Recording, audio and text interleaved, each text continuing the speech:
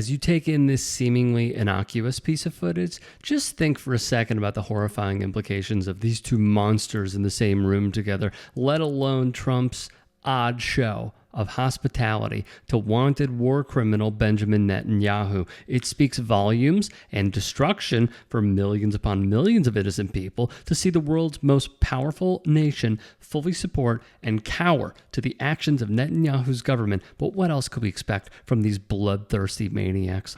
I also strongly believe that the Gaza Strip, which has been a symbol of death and destruction for so many decades and so bad for the people anywhere near it, and especially those who live there, and frankly, who's been really very unlucky. It's been very unlucky. It's been an unlucky place for a long time.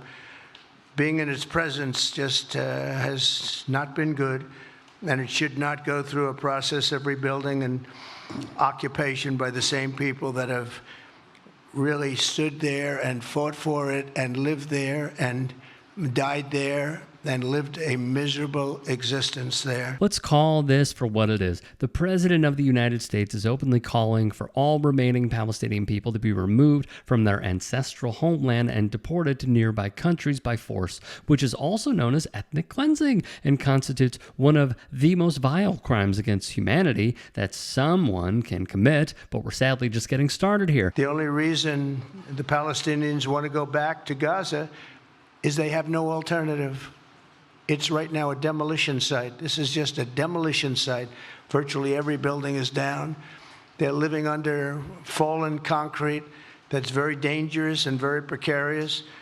They instead can occupy all of a beautiful area with homes and safety, and they can live out their lives in peace and harmony instead of having to go back and do it again. It's incredibly rich to hear Trump cynically weaponize his fake concern for the well-being of the Palestinian population standing next to the man who directly facilitated the destruction Trump is talking about. And let's not pretend he would have been better on this issue than Joe Biden, though that's the lowest bar imaginable to clear. The U.S. will take over the Gaza Strip, and we will do a job with it, too. We'll own it and be responsible for dismantling all of the dangerous unexploded bombs and other weapons on the site, level the site and get rid of the destroyed buildings, level it out, create an economic development that will supply unlimited numbers of jobs and housing for the people of the area.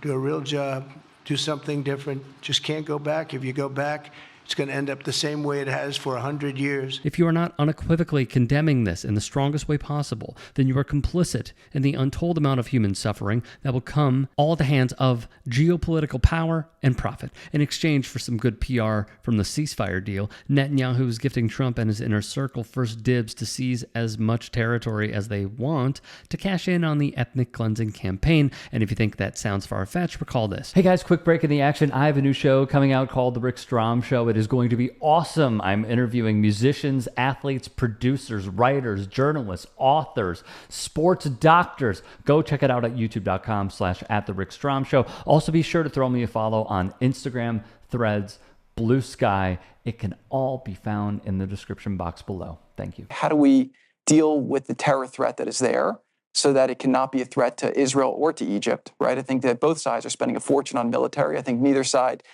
really wants to have, a terrorist organization enclaved right between them. And Gaza's waterfront property, it could be very valuable to, if people would focus on kind of building up, livelihoods. You think about all the money that's gone into this tunnel network and into all the munitions, if that would have gone into education or innovation. Trump's son-in-law, Jared Kushner, who notably secured a staggering $2 billion payout from the Saudi Arabian government months after the first Trump administration, gave the game away less than a year ago, insinuating that Israel's unjust retaliation to the disgusting October 7th attacks was never really about rooting out terrorism and establishing peace. No, but rather about destroying any notion of a Palestinian state and Palestinian identity as a whole. You are the greatest friend Israel has ever had in the White House.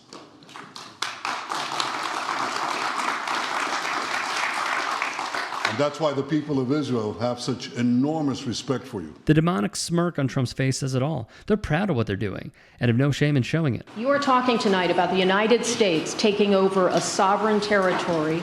What authority would allow you to do that? Are you talking about a permanent occupation there, redevelopment?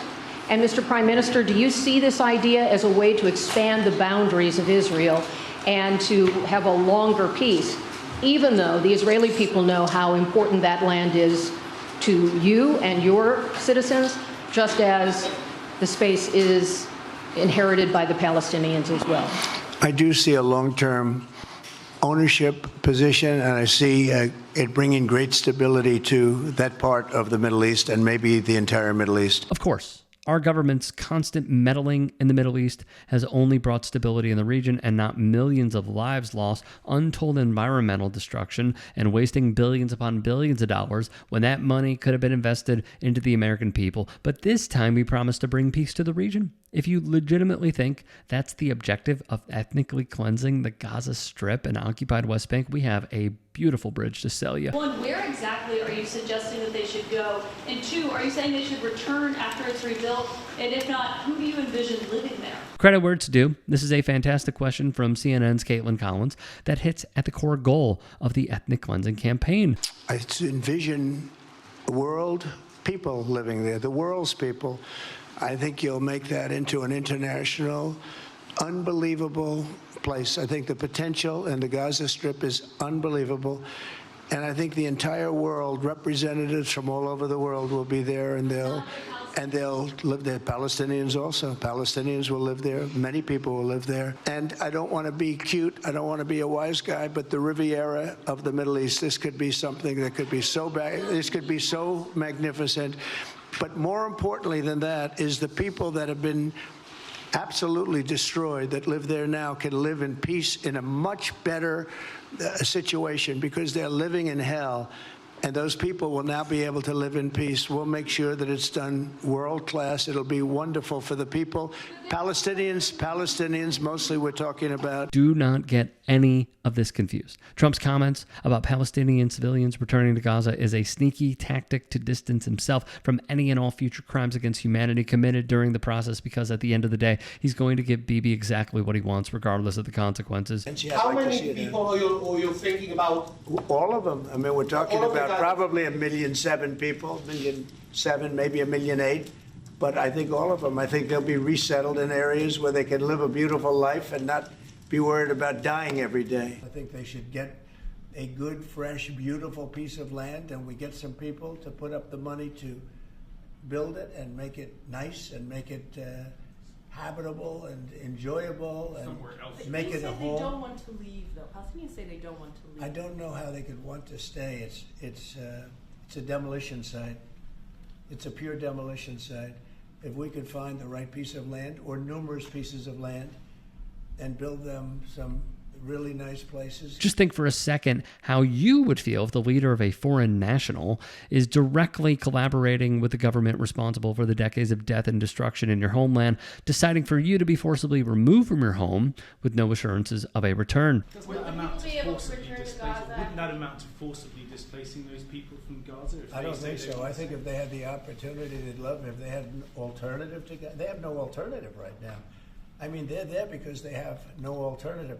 What do they have? It is a big pile of rubble right now. I mean, have you seen the pictures of it? Have you been there? It's terrible to live. Who can live like that? You know, when you say about the Gaza Strip, they don't have an option. To be clear, you're saying they'd be thrilled, very dangerous. They'd be thrilled to leave Gaza. Oh, I think they'd love to leave Gaza if they had an option. Right now, they don't have an option. What are they going to do? They have to go back to Gaza. But what is Gaza? There's practically not a building standing. This is textbook manipulation from Trump. He thinks he and Bibi are doing the Palestinian people a favor by forcibly removing them from their ancestral homeland, despite Israel and its allies destroying the area in the first place. It's hard to put into words just how evil it is. When the president talks about cleaning it out, he talks about making it habitable, and this is a long-range plan. To me, it is unfair to have explained to Palestinians that they might be back in 5 years. That's just preposterous. I think everybody wants to see peace in the region, Sean, and peace in the region means a better life for the Palestinians. A better life is not necessarily tied to the physical space that you're in today. A better life is about a better opportunity, better financial conditions, better aspirations for you and your family. That doesn't occur because you get to pitch a tent in the Gaza Strip. Steve Witkoff, Trump's Middle East envoy and coincidentally a billionaire real estate developer and investor, how about that, is on board with all of this because he knows he'll have exclusive access to develop whatever property he wants in the Gaza Strip. But this is what we get when our society prioritizes property and profit over humanity and empathy. If you can and are willing, please become a paid member here at TYT Sports. And or go to tyt.com/join. In addition, you can follow me on Twitter, Instagram, and TikTok. Appreciate it. Have a great day.